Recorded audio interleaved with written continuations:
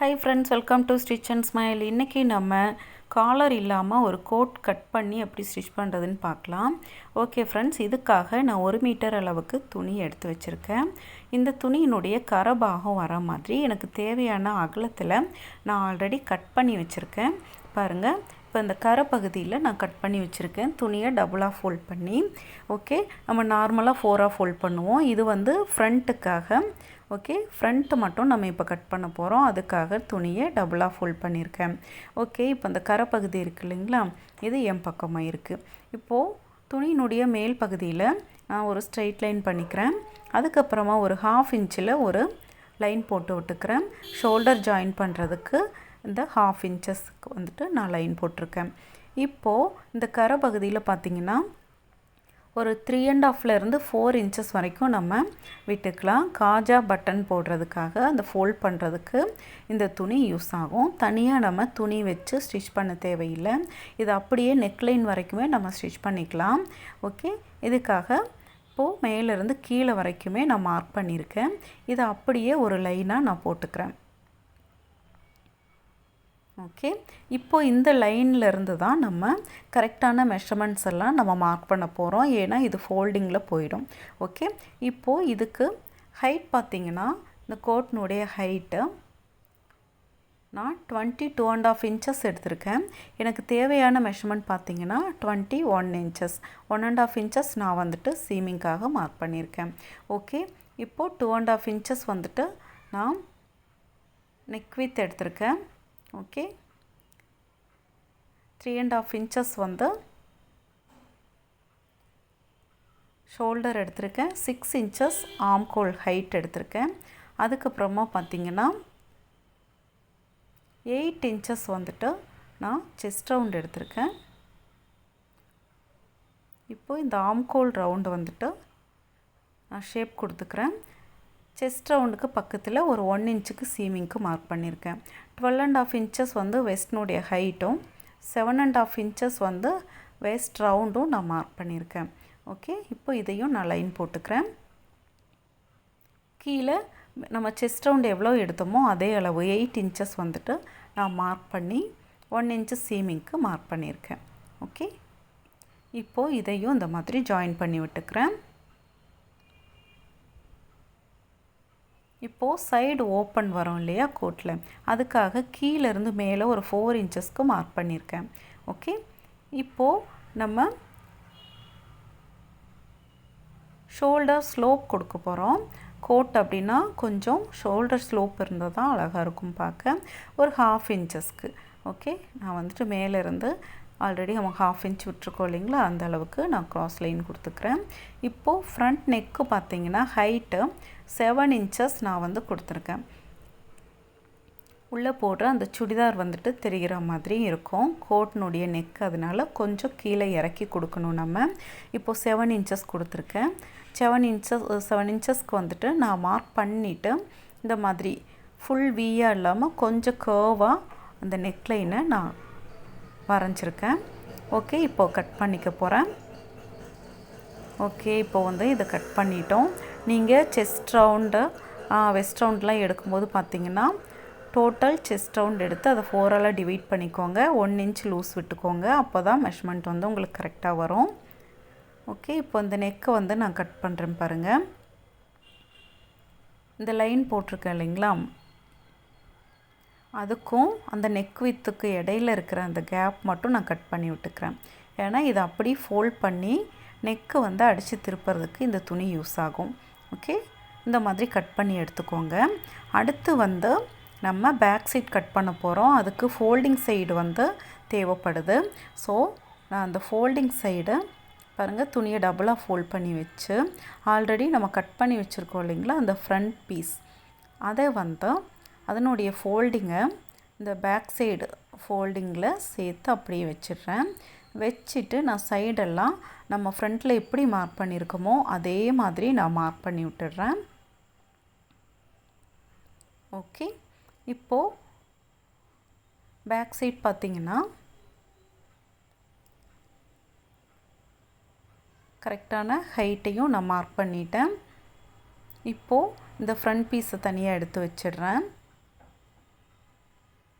வச்சுட்டு இந்த ஃப்ரண்ட்டை விட பேக் சைடு ஒரு 1 இன்ச்சு ஹைட் வந்து எக்ஸ்ட்ரா கொடுக்கணும். ஓகே, இப்போ மேலே அந்த 1 இன்ச்சுக்கு ஒரு லைன் போட்டுக்கிறேன். போட்டுட்டு நெக் வித் 2.5 இன்ச்சஸ் மார்க் பண்ணிக்கிறேன். மார்க் பண்ணிவிட்டு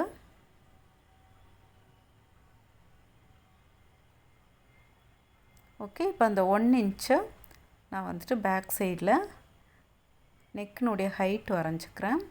அதுக்கப்புறமா எப்பவும் போல் நம்ம ஷோல்டர் ஸ்லோப் 1/2 இன்ச்சு மார்க் பண்ணிக்கிறேன். அவ்வளோதான், ஃப்ரண்ட்டுக்கும் பேக்குக்கும் இருக்கிற வித்தியாசம் அவ்வளோதான். ஓகே, இப்போது இந்த ஷோல்டர் ஸ்லோப் வழியாக நான் கட் பண்ணி பேக் நெக்கை கட் பண்ணிடுறேன். ஓகே, இப்போது வந்து நம்ம கட்டிங் வந்துட்டு முடிச்சிட்டோம். இதில் பாக்கெட் வைக்கணும். ஸோ அந்த பாக்கெட் வந்துட்டு நான் கட் பண்ணிக்கிறேன். 2 சைட்லேயும் பாக்கெட் வரும். அதுக்கான துணியை நான் எடுத்துக்கிறேன். இப்போது 6.5 இன்ச்சஸ் வந்துட்டு ஹைட் இருக்குது. 6.5 இன்ச்சஸ் வந்து 7.5 இன்ச்சஸ் வந்து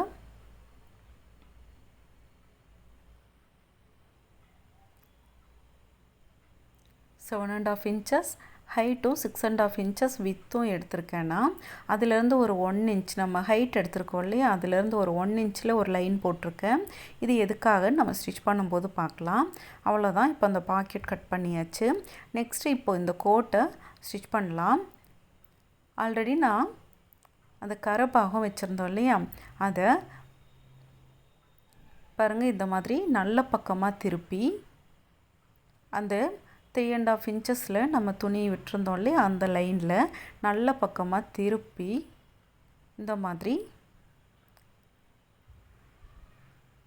ஓகே நெக்லைனை வந்துட்டு ஸ்டிச் பண்ணிவிட்டு, நம்ம எப்போவும் நெக்லைன் வந்து சுடிதார்லாம் எப்படி ஸ்டிச் பண்ணி திருப்போமோ அதே மெத்தட் தான். ஓகே, நெக்லைன் ஸ்டிச் பண்ணிவிட்டு நாச்சஸ் போட்டு எக்ஸ்ட்ரா இருக்கிறத கட் பண்ணி அப்படியே இப்போது இதை உள்பக்கமாக திருப்பி விட்டுடலாம். ஓகே, ரிவைஸ் சைடில் திருப்பி விட்டுட்டு நெக்லைன்லேருந்து அப்படியே அந்த ஃப்ரண்ட்டில் அந்த கார்னர்லேயே ஒரு தையல் போட்டுட்டு வரணும். அவ்வளோதான். பாருங்கள், அடுத்த பீஸும் அதே மாதிரி ஸ்டிச் பண்ணிக்க போகிறேன். ஓகே, இப்போ நெக்லைன் ஸ்டிச் பண்ணுறேன். ஸ்டிச் பண்ணிவிட்டு எக்ஸஸாக இருக்கிற ஃபேப்ரிக் கட் பண்ணிவிட்டு நாச்சஸ் போட்டு இதை இந்த துணியை அப்படியே உள்பக்கமாக திருப்பி விட்டுட்டு நல்லா ப்ரெஸ் பண்ணிடுறேன். ப்ரெஸ் பண்ணதுக்கப்புறமா இதனுடைய ஓரத்தில் ஒரு தையல் போட்டுட்டு வரேன். இப்போது ஃப்ரண்ட்டில் 2 பீஸும் ரெடி ஆயிடுச்சு. ஓகே, அவ்வளோதான். இது நம்ம துணி வந்து தனியாக க்ராஸ் பீஸ் எதுவுமே வைக்க தேவையில்லை. ஓகே, இப்போ மேலேருந்து 14 இன்ச்சஸில் ஒரு மார்க் பண்ணி இந்த ஓப்பன் சைட்லேருந்து 3 இன்ச்சஸில் வந்துட்டு நான் மார்க் பண்ணியிருக்கேன் வித்து. இப்போது இந்த பாக்கெட் நம்ம கட் பண்ணி வச்சதை 3 பக்கமும் ஓவர்லாக் போட்டு வச்சுருக்கேன். இந்த ஒயிட் கலர் துணி வந்துட்டு இந்த மாதிரி டபுள் ஃபோல்ட் பண்ணி வச்சுருக்கேன். இப்போ அந்த 1 இன்ச்சு நம்ம மார்க் பண்ணோம் இல்லைங்களா, அந்த அளவுக்கு இந்த பாக்கெட் வந்துட்டு மேல் பகுதியை நான் மடிக்க போகிறேன். டபுள் ஃபோல்ட் பண்ணிவிட்டு அதுக்குள்ளே இந்த துணியை இந்த டபுள் ஃபோல்ட் பண்ண ஒயிட் துணியை வச்சு சின்னதாக ஒரு பைப்பிங் மாதிரி ஸ்டிச் பண்ணோம். ஓகே,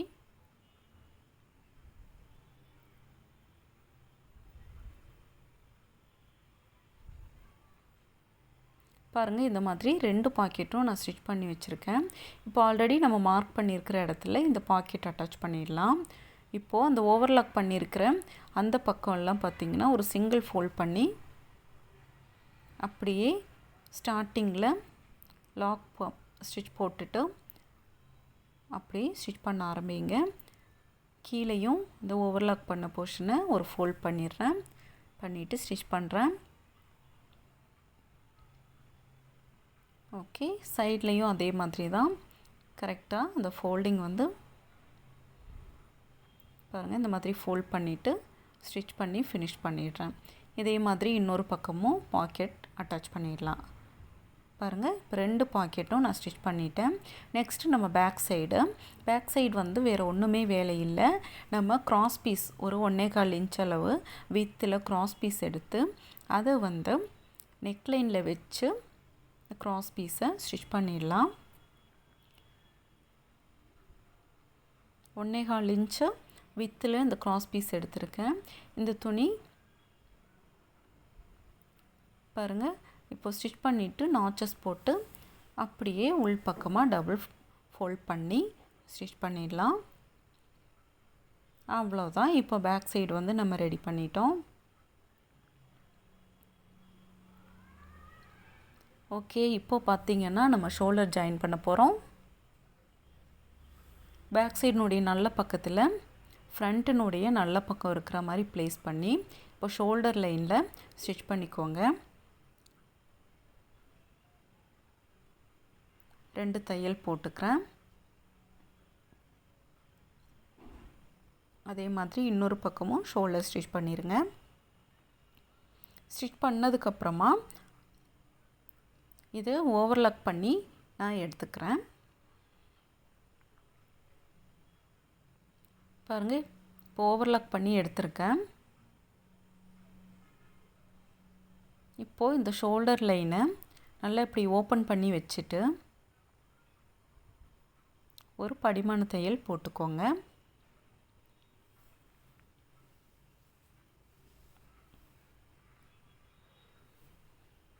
ஓகே, 2 பக்கமும் அதே மாதிரி படிமான தையல் போட்டு எடுத்துடலாம்.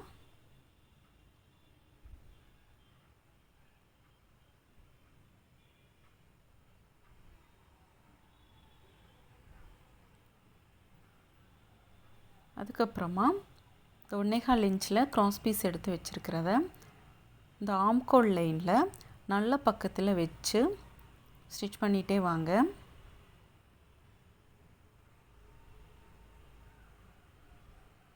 நாச்சஸ் போட்டு உள்பக்கமாக டபுள் ஃபோல்ட் பண்ணி ஸ்டிச் பண்ணிடுங்க.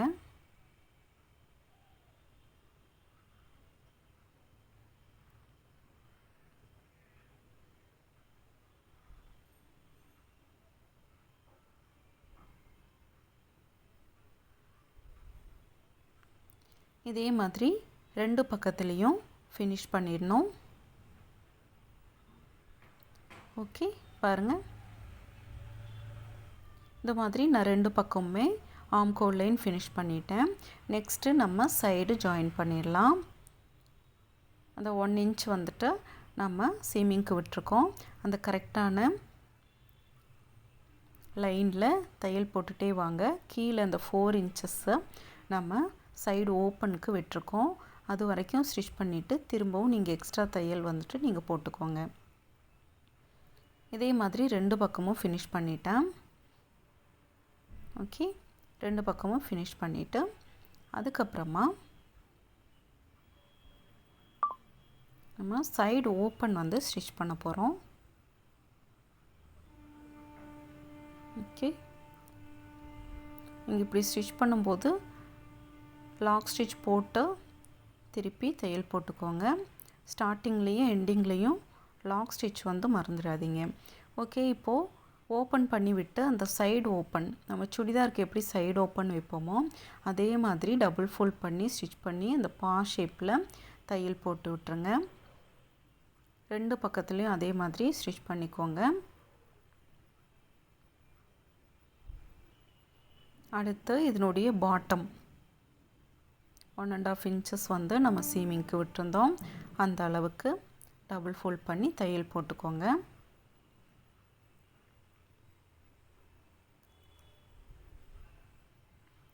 இப்படி தையல் போடும்போது சைடு ஓப்பன் இருக்கிறதுனால கரெக்டாக கீழே வந்துட்டு ஒரே ஹைட்டில் இருக்கான்னு செக் பண்ணி தையல் போட்டுக்கோங்க.